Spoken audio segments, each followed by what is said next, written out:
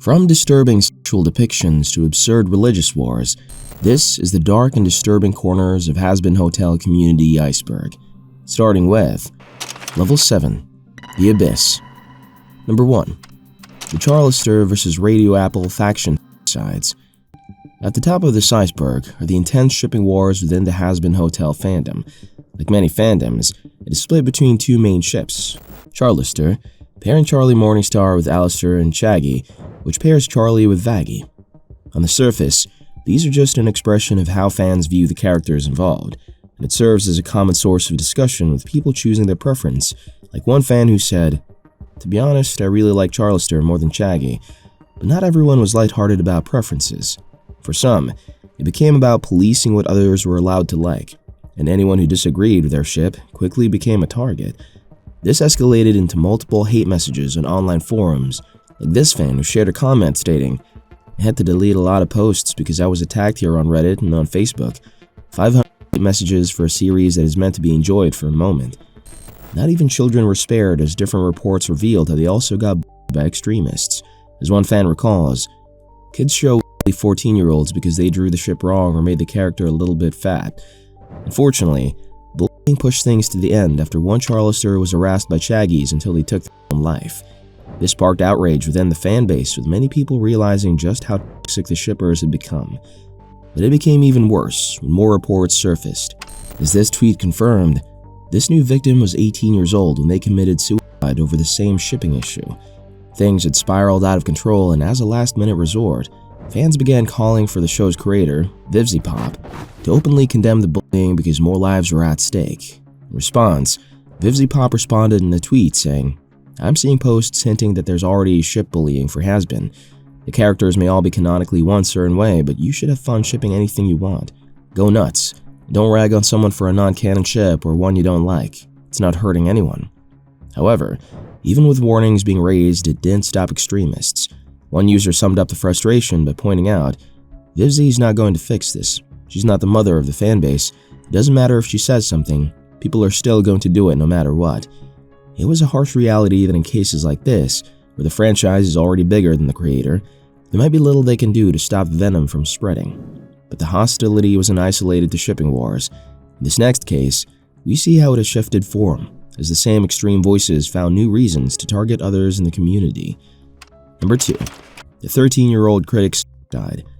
While some had a problem with other fans hating their preferred couple, others turned the hate on anyone who disliked anything that had to do with the show at all. This was the case of this 13-year-old girl who got doxxed for saying she didn't like the songs within the series. What made this situation particularly disturbing was how quickly a simple opinion escalated into something far more dangerous. Disliking music within a show is usually one of the most harmless forms of criticism. It became the trigger for targeted harassment. The line between disagreement and hostility disappeared almost instantly, replaced by a collective reaction that treated dissent as something worth punishing. It reflected a pattern within certain parts of the community where criticism, no matter how minor, was interpreted as an attack rather than a personal preference. For many, it made the fandom look like one of the darker spaces online, with one user clearly saying, "There's so much wrong with the fandom." That statement captured the growing frustration among observers who felt that the environment had become unsafe. It was no longer just about heated arguments or toxic comments. The consequences were beginning to extend beyond the screen, affecting real people in irreversible ways. And when a space that was meant for shared interest begins to produce fear, it forces a reevaluation of what the community had become. Within that same environment, some users managed to step away from the bullying and harassment, although not without lasting damage. One of them was a fiction writer known on Reddit as Call Me Quill. This fan started writing fanfiction based in Hazbin Hotel and AO3, only to begin getting death threats both in AO3 and Tumblr. According to them, the bullying went as far as publishing their IP address on both platforms, while threatening to dox them on Twitter for writing a story they didn't like. What began as creative expression turned into a source of vulnerability, with personal information used as leverage. For many creators, reactions like this become a warning sign, making them less likely to engage with the community at all. In the end, they took the entire story down and said they would not continue writing it. It became one of many cases where extreme members of the Hazbin community put people in real danger. And although Call Me Quill received support from others, encouraging her to come back and protect herself online, Not everyone got that chance before the worst happened. But while this wraps up level 7, the next level moves the iceberg from loss of lives to the loss of something equally important. Level 6, the Dark Core. Number 3, Spindlehorse Workers Controversy. At the top of this level is a controversy involving Spindlehorse, the studio responsible for Hazbin Hotel, which came under fire from former employees who alleged toxic work conditions, particularly from VivziePop herself. The allegations first gained traction on Tumblr, where posts began breaking down VivziePop's pay structure and questioning whether her animators were being paid fairly. One widely shared post claimed she had paid around 1/7 of the lowest full-time pay rate that the union approves of, comparing it to what the same post said was a minimum of about $35,000 a year for union standard animator work. The accusation argued that she had promised full-time rates, but was instead paying far below that, and some critics claimed she specifically hired non-union animators so she could avoid standard union pay expectations. At first, these claims stayed mostly inside fan spaces and Tumblr discussions, where people argued over whether the accusations were exaggerated or part of a bigger pattern. But in 2024, ALMAO released a video on YouTube titled, "Spindlehorse Employees Speak Out," revealing that some former employees had taken part in an anonymous review of the studio and had exposed just how toxic the environment was. One of the reviews said, "Deeply unprofessional environment, tends to hire inexperienced artists to the industry and takes advantage of their lack of experience. Some staff were encouraged to spy on other indie projects and social groups, punishes or berates staff members for working on other projects." Another review summed it all up when it listed the downsides of working with Spindlehorse, including low pay, bad supervisors, unclear instructions, intimidation, and creatively unfulfilling projects. These reviews opened up fresh accusations around VivziePop, which challenged the real conditions she put her workers through. However, what started as a truckload of reports soon began to backfire as many fans openly showed support for Vivzie, like this fan who said, "This story is basically classic startup issues." But what made the accusations even harder to believe is that VivziePop has been accused so many times before this period, so fans were cautious about believing a fresh round of possible lies. Regardless, many people believe the accusations to be true. As one comment put it, "People speak out against a well-liked creator, one who is known for previously mistreating her staff, and all anyone can say is, 'Poor Viv, I hope the show is alright.' Goes to show the age of her audience." And while fans kept arguing online, the people most directly affected, the employees themselves, eventually took a bold step in 2026 to file a lawsuit. And even though there has been no fresh update in the case yet, its existence and the sheer nature of these allegations are what landed it at this level of the iceberg. However, the next case moves past rumors and unfounded accusations into an issue backed by evidence that nobody could easily deny. Number 4. The Vark Storyboard Artist History. Hazbin Hotel's community is already known for attracting fans of all kinds of strange and disturbing interests, but what many people did not expect was that some of the show's best writers would end up tied to that same level of controversy. However, that became reality when attention turned to one of the show's storyboard artists, known as Raphael 2 or R2.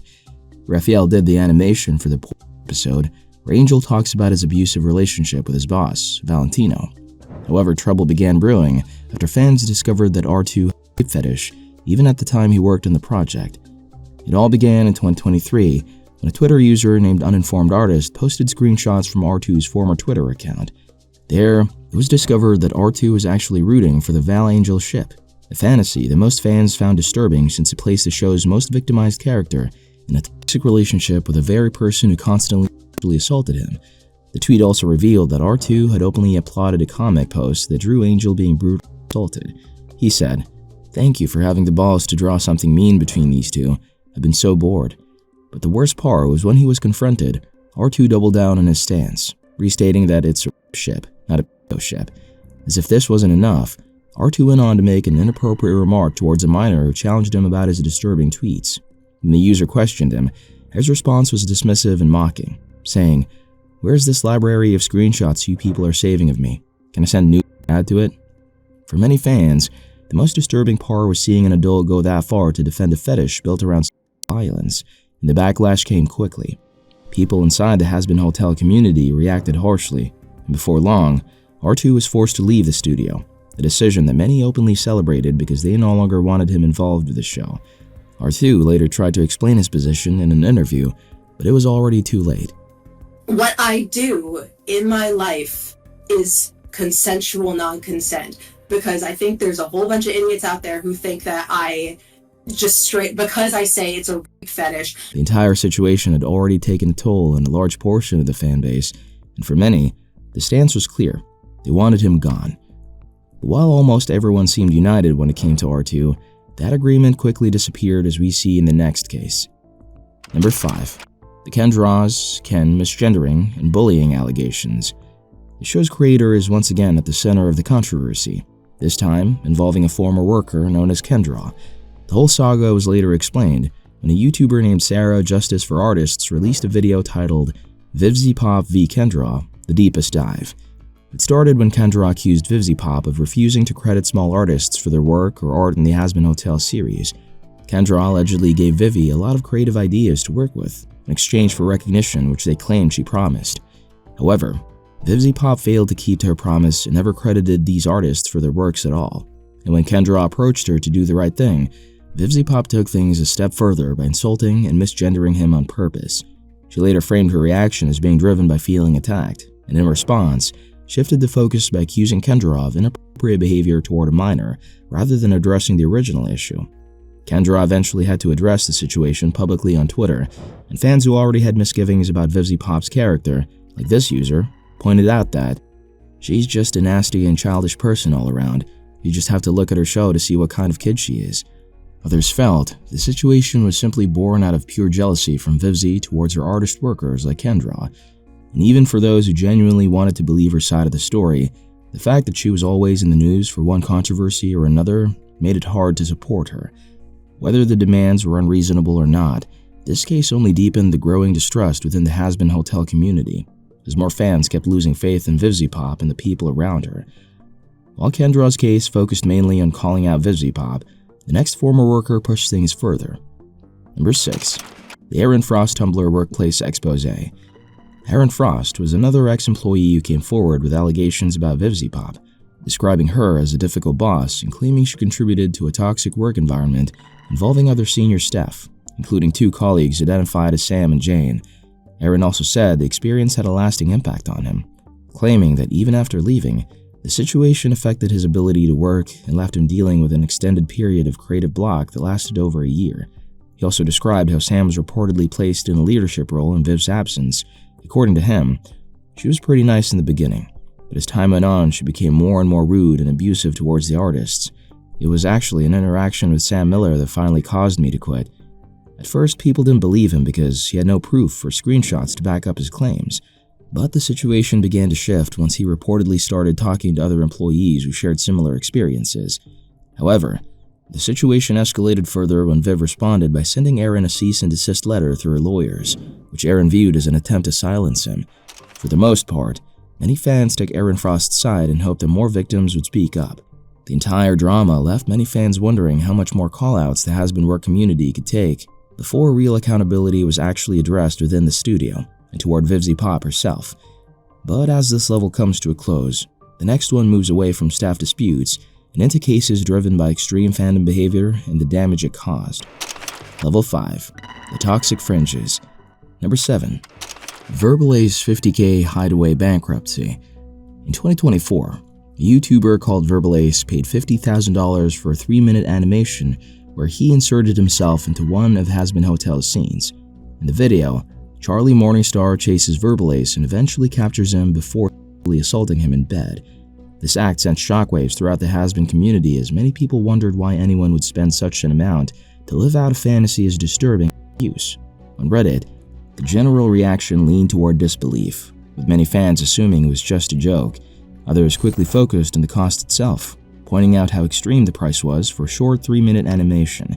One fan broke it down in detail, estimating it at $285 per second, and even calculating around $23 per frame, at roughly 12 frames per second. They also compared it to standard industry rates, noting that professional animation often ranges from about 35 cents to $2.07 per frame, meaning the project was far above normal production costs. However, spending $50K on the video was not the worst part of the scandal. Not long after, word got around that he'd made a bad financial move, and as a result, his YouTube channel went bankrupt.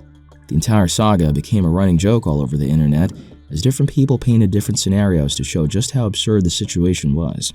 But as discussions around Verbal Ace grew and people began looking into his financial situation, old social media posts resurfaced, showing past transphobic comments. In one tweet, he described trans identity as role-playing, adding that when people take that role-playing seriously and literally think you're a girl in real life, you're only going to end up hurting yourself in the long run, because you're lying to yourself about who you are. In another post, he criticized the Disney outing he was a part of, comparing it to Disneyland of 2018, where, according to him, there was no preaching about gender and gay stuff. Nothing. It was literally a family-friendly place. This resurfacing of old posts unsettled many viewers, with some expressing disbelief that a popular animator could have held those views. As one user put it, they genuinely would have never thought this would come from Verbal Ace of all people. Eventually, Verbal Ace sent out an apology apologizing for his actions and the content produced. Moving away from one fan's irrational behavior, the next case shifts focus to a wider group, where that same level of extremity shows itself in a very different way. Number 8. The Joel Perez Harassment Campaign. Joel Perez was the voice actor who played Valentino in Hazbin Hotel. As the majority antagonist in the series, it was expected that not many people would like his character, especially when said character was an abusive, predatory overlord who inflicted pain on Angel. However, some fans found it difficult to separate the character from the actor, and that quickly turned into an aggressive wave of bullying, doxing threats, and death threats aimed at Perez throughout early 2024. Over time, the idea that an actor was getting bullied over a role he played fanned outrage within and outside the Hazbin community, with many people describing such harassment as one of the most childish and dumb things to do. As one Reddit user explained, the real problem is that some viewers don't have the emotional maturity to distinguish their disdain towards a fictional character and how they feel towards the real person who's the actor portraying that character. That became even more obvious when Joel Perez was simply doing his job. After he promoted Val Angel merch as part of official Hazbin Hotel promotions, something most actors normally do for their projects, some fans used it as another reason to attack him, accusing him of personally supporting the ship and intentionally pushing Angel into a toxic relationship. In the days that followed, the abuse got so bad that Perez himself was forced to make several statements distancing himself from the character. In one of his tweets, he said, "I'd like to make it abundantly clear that I, Joel Perez, am an actor and Hazbin Hotel is not a documentary. I've also played characters that are nice and silly and complex, and loving and terrible, and on and on and on. It's called range." Despite these defenses, the incident remains a dark chapter in the Hazbin Hotel community, showing how dangerous fandom can become when the lines between fiction and reality become blurry. But with the spotlight still on Valentino, this next case takes that same hostility beyond social media and pushes it into real life. Number 9. The Polymongo Valentino cosplay threat incident. Similar to what Joel Perez faced, another fan was subjected to the same bullying, but this time at a physical event.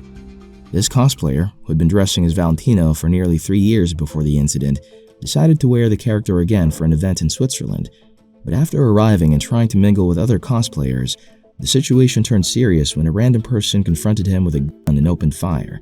In their defense, the perpetrators were looking at him as a warning not to touch Angel, the character who was constantly abused by Valentino. But calling it a warning did little to make it less disturbing. Someone had brought a weapon to confront a cosplayer over a fictional relationship, and the incident left a lasting impact on him. Afterwards, he admitted he became afraid of interacting with other Angel cosplayers at events, worried that the same kind of harassment could happen again. Many fans condemned the incident, with comments questioning whether some people are really incapable of separating reality from fiction. But the most disturbing fact yet is that the gun violence wasn't an isolated incident. Even on other social media platforms like TikTok, other cosplayers associated with Valentino were constantly bullied for their choice of character. Someone being put in danger over nothing more than cosplay showed how far this kind of obsession had gone. What should have been harmless fun turned into real fear, proving just how toxic parts of the fandom had become. But the next case takes that toxicity in a different direction. Number 10. The ALMAO ableism and critic silencing scandal. ALMAO is a YouTube content creator who became popular for creating a lot of content around the Hazbin Hotel franchise. Specifically, the channel is popular for being one of the first to publish news and updates around the show, including clarifying controversies. However, many fans believe the channel's owner is actually a loyal fan of VivziePop. In 2023, he came under fire when a Medium article titled, VivziePop, A Story of Caution, exposed a LMAO of using ableist slurs including the word so during an online argument concerning VivziePop. It was disturbing that in a bid to manage Vivi's reputation, the channel resorted to describing people who didn't agree with her as mentally ill as a way of dismissing their arguments. The accusation escalated after another person on Twitter accused them of what they described as intolerable and unacceptable behavior on A's Discord server. The thread showed that A repeatedly misgendered them even after being told they were gender fluid. Instead of correcting himself, he allegedly kept encouraging other people in the server to do the same, turning it into part of the harassment. From there, things escalated further as other server members joined in, with some calling them mentally unstable and unhinged over tweets they had made about VivziePop. The case sits at this level because, for a show built around characters that explore different identities, it became concerning that some of its most loyal fans would be involved in discriminating against members of the wider gender community. The incident also left some feeling alienated, including disabled fans who had previously felt supported by the show's inclusive branding. With that, we move closer to the top of the iceberg, and at this level, the focus shifts to strange and confusing moments from the past that still resurface in unexpected ways. Level 4. The Deep Lore. Number 11. The Season 2 Leak. The entire Hazbin community was waiting for the second season of the series in 2019, when the news broke that someone had leaked the entire season 2 on TikTok. This happened as a result of a breach at A24, one of the series' production companies, and although it was not the first time such a thing would happen, this particular incident was on a much bigger scale as nearly nothing was held back, including songs, animation clips, and everything. It also came at a bad time for Hazbin Hotel because the show was already facing worries about its future with Amazon, and leaks would have only made it much worse, which is why fans started urging others to report any spoilers or footage instead of spreading them further. As people tried to understand how something this massive could happen, attention quickly turned to the source of the breach.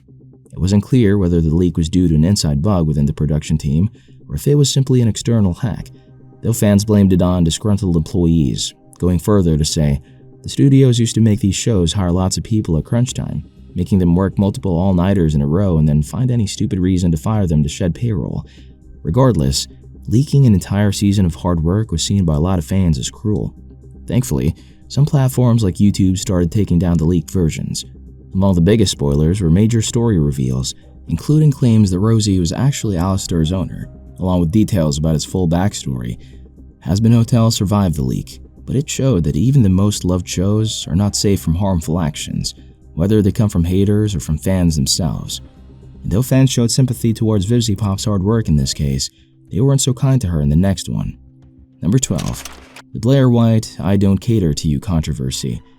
VivziePop was once criticized for drawing controversial fan art and defending another creator known for transphobic and blackface content. It started back in 2019 when she drew a teenage character named Addison, posing him naked in a bath with snakes, which raised concerns about her connection with zoophilia. In response, Vivi insisted all her drawings were legal as at that time and she had done nothing wrong. She added, "I was a dumb kid figuring myself out, but I have never drawn explicit NSFW or broken the law then or now." But that wasn't all. In 2016, VivziePop openly supported a creator named Blair White by drawing a fan art to celebrate their friendship. The issue grew worse when Blair posted a picture wearing a blackface mask, with a caption reading, "Intersectional transfeminist, #Black Lives Matter, non-binary dragonkin." Many people saw it as mocking the Black Lives Matter movement during a serious time, and because VivziePop had publicly associated herself with Blair, that backlash spilled over onto her as well. But instead of clearly distancing herself, she responded with her now infamous response, "You can disagree with things, I sure do too, but I think discussion is important and I can respect opinions. I don't cater to you." This only strengthened the suspicion of many people, who felt it suggested she shared or at least tolerated the controversial views. As one commenter bluntly put it, "I don't think she's a good person." These numerous accusations from VivziePop's past helped fuel the ongoing wave of hate she continues to face to this day. For many people, those earlier actions have stayed tied to her image, even after several apologies and clarifications. Stepping away from VivziePop for a moment, the next case shifts focus entirely, this time highlighting fans of the series and how they were exposed to one of the most graphic fan-made animations in circulation. Number 13. The Stolas Side Animation. In 2025, a YouTube creator uploaded an unofficial music video of Stolas taking his own life. and the uproar that followed was majorly because the video was reshared on many platforms without a warning of the graphic nature of the violence. Stolas was a fan favorite, and seeing his death in that manner was triggering. Like one Reddit comment admitted, "Yeah, watching that made my depression hit hard." Another comment said, "The realistic cross-eyed expression on his face when he pulls the trigger is disturbing." Overall, the case revealed the darker fascination with death-related themes within parts of the fandom, and how far some viewers were willing to engage with such content. But while Stolas' suicide concludes this level, the next level opens with fans' opinion on the true nature of VivziePop. Level 3. The Commentary Wars. Number 14. The VivziePop is a bad person documentary rise. There have been many reasons why VivziePop has been labeled a bad person, even within her own community. It started with a viral YouTube video where she was exposed to have been mean to several people on the internet, particularly members of the transgender community. This first incident quickly grew beyond simple criticism and turned into people digging through her online history and past behavior. The call-out culture around the creator even became a trend in social media, with long videos breaking down old tweets, live stream moments, and past art choices. This led to an open poll on Reddit asking if VivziePop really is terrible in real life, and the reactions were varying. A large part of the discussion leaned toward a negative view, with one comment claiming she apparently severely underpaid her workers and staff, used to create zoophile art, and also showed rape in her shows because one of her animators had a rape fetish. In my opinion, I would never want to meet her. However, other fans pushed back, arguing that she was mainly a target of hate because of the kind of content she creates. Basically, anyone who's even slightly conservative in their views would despise the show and attack her. This view says that a lot of the hate toward the creator comes from politics and personal beliefs. Because her shows often include ideas some people don't agree with, supporters think the expose videos are less about real wrongdoing and more about people trying to attack her for being different. They also say many of these videos use clips out of context to make her look worse than she is. At the same time, some fans stay in the middle. They only watch the shows and don't follow her online, so they're not sure what to believe. One of them said, "Honestly, I don't really know. She seems fine to me and I haven't actually heard or seen anything that she isn't." The rise of documentary-style videos has created a lasting layer of scrutiny around the studio, meaning every new release now gets followed by debates about the creator alongside the actual content. But still on the subject of callouts, the next case focuses on an extremely fetish-based fan animation that got the entire fandom talking for days. Number 15. The Moxie Lobotomy Fetish Comic. In 2022, a fan comic was released in which one of Hazbin Hotel's characters, Moxie, was depicted as being lobotomized and sexually assaulted by other characters, and it didn't take long for the art to circulate across different corners of the fandom. What immediately stood out to readers was not just the presence of violence, but the way it was framed and presented. Rather than feeling like a dark narrative with intent or structure, it came across as something designed purely to provoke discomfort. That distinction mattered to many fans, because while the Hazbin community is no stranger to mature or edgy content, there is still an expectation that such themes are handled with some level of purpose or awareness. Many people found it highly disturbing, with one fan describing it as a wildly inappropriate shock content comic. In his words, one wouldn't enjoy it even from a bile fascination standpoint. Even among those who typically engage with darker material, there was a shared sense that this particular piece crossed a line. It was not simply about disliking what was shown, but about questioning why it was presented in that way at all. The label of shock content stuck because it suggested that the comic relied more on extreme imagery than on any meaningful storytelling or character exploration. The absence of any content warning only intensified the backlash. Fans who encountered the comic without prior knowledge felt caught off guard, which made the experience even more unsettling. In spaces where content varies widely in tone, warnings act as a basic safeguard, allowing people to decide what they are willing to engage with. Without that, the line between creative expression and harmful exposure becomes much thinner. Eventually, the comic was taken down on most platforms after fans protested, showing that even in a very chaotic community, people still have limits to the level of dark art they can accept. But although the fandom agreed that this one went too far, it couldn't find that same unity when it came to this next case. Number 16. The Serpentious Sassay Gag. The Serpentious sexual assault gag was centered around a scene in the Poison episode where a non-consensual sexual encounter for a cowardly male character was framed as a comedic punchline. The club has a sex room, so I was thinking maybe you'd want to do a sex with me. I'm sorry, why would we have sex? Because I'm having sex with everyone here!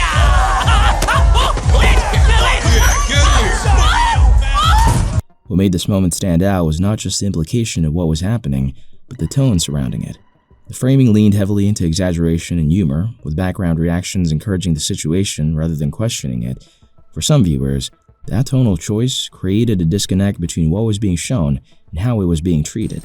A scenario that, in another context, would be portrayed as serious or disturbing was instead packaged as a quick comedic beat, and that contrast became the center of the debate. For example, Angel's storyline had been handled with a level of care, highlighting trauma, control, and exploitation in a way that invited empathy. The Hazbin Hotel audience had already seen that the show was capable of treating such themes with seriousness, but seeing a similar issue played for humor, even in a different context, raised questions about consistency. It created the impression that the weight of the subject could shift depending on the character involved, which did not sit well with some viewers. And for those who took it as a slapstick as intended, the major justification was that Sir Pentious has given consent by declaring to have intercourse with everyone. But as one commenter pointed out, that reading didn't hold up. A, he was drunk and couldn't consent. B, despite the consent he gave one moment, the next moment he's shown terrified as he's being dragged into the room. And that terror was played off for laughs. Why does Angel's essay get treated with the delicateness and sensitivity it deserves, while Pentious is made to be a joke? The back and forth went on for a while, and in a bid to set things straight, a fan created a comic alternative where Pentious was actually allowed to leave the room before he could even be violated. This fan response illustrated how strongly some viewers felt about the scene. Instead of simply criticizing it, they attempted to rewrite the outcome in a way that aligned with their expectations of how the situation should have been handled. Regardless of this, the nonchalance toward Pentious's assault reinforced the idea that the show's commitment to demonizing sexual violence was biased.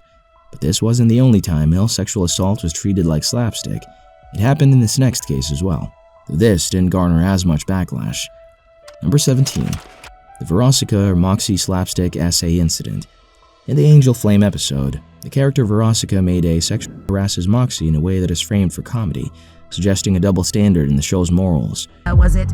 I work for IMP, and it is actually rather important for us to retain the singular parking space we were assigned because... Aw, look at the little one. He's got a little bow tie. Please don't condescend me, ma'am. I... Wanna kiss you, little guy? A kind offer, but I'm married. Hey, why don't you send a little message from me back to your limp dick boss? Don't touch that! Moxie, don't let her access any of your holes! I gotta go lie down now. After the episode aired in 2022, there were accusations that the show only takes sexual assault seriously when it involves marketable characters. For many, it was a restatement of a public issue where sexual assault towards men is never taken seriously and even used as a form of comedy. Many people were convinced that this scene, as well as other scenes where males were being essayed, should never have been included, rather than being used as a form of slapstick. The scene in particular just makes me plain uncomfortable and frustrated as someone who has suffered from SA as a male. I think they should either play all of it straight or they should not include it. Unfortunately, nothing seemed to have been done about this issue, and while it died a natural death, the next couldn't be swept aside that easily. Level 2. Fandom Weirdness. Number 18. The Alistair Voodoo or Creole Backlash. After Hazbin Hotel released new trading cards ahead of their official release, certain fans picked up on an issue with the character Alistair, calling out the creators for appropriating voodoo symbols as part of his personality. But what began as a small observation quickly expanded into a wider conversation about cultural boundaries and representation. The imagery attached to Alistair was not new, but the trading cards made it more visible and easier to scrutinize in isolation. When fans started examining the symbols more closely, questions arose about whether their inclusion was intentional, respectful, or simply aesthetic. That uncertainty became the foundation for the backlash, as people tried to determine where creative expression ended and cultural misuse began. The call-out was across several platforms, particularly on Twitter, where a user known as Yuji commented, "If you're drawing Alistair, please don't include any voodoo symbols, full or half-drawn. Just make them music notes or something. They look nicer and much more thematically appropriate because, you know, he's the radio demon." According to the same account, the usage of voodoo symbols was cultural appropriation, and as Viv did not receive permission to utilize such symbols, voodoo is a closed religion. By redirecting artists toward musical symbols, the focus would remain consistent with his identity as the radio demon without risking unintended cultural implications. It also showed how fan communities sometimes attempt to self-regulate, offering alternatives rather than simply criticizing what already exists. On the other hand, some other fans complained that the depiction was a bad representation of the Creole culture. As this comment put it, she made him white. It is known that he's part of Creole and his powers show the connection somewhat while manifesting. This added another layer to the conversation, showing that the backlash was not unified around a single issue, but rather built from multiple interpretations of what representation should look like. But while some fans were willing to treat it as an oversight, many others weren't convinced it was an honest mistake. The main frustration came from the fact that the issue had already been raised when the pilot was first released, with people pointing out the problem early on. So when the same elements still appeared in the full series, it felt less like ignorance and more like it had been ignored completely, which left a lot of viewers feeling dismissed and disrespected. Eventually, Vivzy recoded Alistair as a mixed-race Creole man to address the concerns. Yet, the debate remained as to whether there was really an appropriation or if fans were simply being emotional over a non-issue. The resolution addressed part of the criticism, but it did not fully settle the disagreement, as opinions remained divided on what the core problem actually was. Still on races and cultures, this next case makes this list for spotlighting an age-old stereotype. Number 19. The angry Latina Vaggie critique. There are several concerns fans have raised about representation in Hazbin Hotel, including how Vaggie's character has been discussed online. Some viewers felt her personality traits were framed in a way that leaned into a common, familiar trope associated with Latina characters. They noticed that her defining trait, at least in early appearances, leaned heavily toward irritation, defensiveness, and bursts of anger. While these traits can exist in any character, regardless of background, the concern here was tied to cultural context. For many viewers, this brought up a long-standing stereotype that portrays Latina women as overly angry or quick to lose control, something that has been widely criticized in the media. Because of that history, even small similarities can feel sensitive. And while Vivzy Pop, who is Latina, claimed it was an homage to her roots, some fans still felt the character ended up reflecting racism. However, some people felt the depiction wasn't that big of a deal. They always felt that she was justified in her behavior in the pilot, between dealing with jerks at the TV station, the guy who ruined their reputation, and a dangerous demon. As the discussion grew louder, the show's writers decided to redesign her character in the next season, giving her a more detailed backstory from sinner to angel. This redesign, however, was still met with criticism from people who felt she had lost her personality. In the series, and no hate to the VA, but she sounds so bored and flat. There's a lack of emotion in most of her lines. I guess she still acts fierce, but honestly, she lacks that too. She's not as violent and defensive, just moody. Overall, the debate around Vaggie showed how difficult it is to adjust a character once a fandom has already formed strong opinions about them, where even small changes can split perception instead of resolving it. But from here, we move to the very top of this list where the show's initial announcement sparked a controversial campaign. Level 1. The Tip. Number 20. The Religious Satanic Panic Petition Campaign. After the series premiered on Amazon in January 2024, there was a heated backlash from people within the Christian community who argued that Hazbin Hotel glorified Satan, with many threatening to cancel their Amazon Prime subscriptions. One of the main protesters was known as the Parents Television and Media Council, which started a petition against the series on its webpage titled, "Put the Well-Being of America's Children Before Profits. Cancel Hazbin Hotel." The petition requested the production be canceled, describing it as shameful that a company as respected as Amazon would be associated with a show that has no redeeming social value as an outright assault on all that is moral and decent. It went further to accuse the series of targeting children and teens with a destructive worldview that calls good evil and evil good, and urged the television company to take the series off her list. Another major protester was the popular TV host Michael Knowles, who posted a video on Facebook claiming Amazon Prime is trying to vindicate Satan. Lucifer and his love. But of course, Lucifer cannot love anyone. The traditional understanding of this is that a love is willing the good of the other person. So Fulton Sheen, Archbishop Fulton Sheen, has a great distinction between love and sex, right? Love is about another person and about something outside, even outside of you and the other person, and it's about, in as much as it is about a person, it's about the whole person. The next set of protesters was a group called 1 Million Moms, who released an urgent warning to parents concerning the series. In the warning, they noted that foul language is pervasive throughout the show, and the trailer alone includes the S-word and F-word 5 times. Ever since the petition started making the rounds, debates around the logic of the campaign have become quite heated. On one hand, Many Christians agreed with the notion that the series was contradictory to the Christian faith. One of the petition supporters reacted to a YouTube channel opposing the series, saying, "Since my conversion, I'm absolutely disgusted by seeing demons and similar portrayed as quirky and not so bad in the media. If people ever heard the inhuman sound possessed people make, they would never see the devil in that light." On the other hand, the vast majority of Hazbin's fans felt the campaign was nothing but propaganda. It's a work of fiction. Let people enjoy things. I don't think 1 million moms are familiar with that concept, though. Interestingly, even fellow Christians weighed in on the issue, and many of them found the series interesting. An example was this comment that said, "I'm a Christian and love this show. It's got great music and designs. Plus, I always enjoy supporting indie animators. Now, if only parents actually parent their kids and not complain about having the app to do it for them." The show was eventually retained by Amazon, and the entire campaign became a reminder of the constant clash between modern television series and religious groups. Together, these cases expose the darkest corners of the Hazbin Hotel fandom. When you look at them side by side, they show just how deep the chaos, obsession, and toxicity inside the community can really go.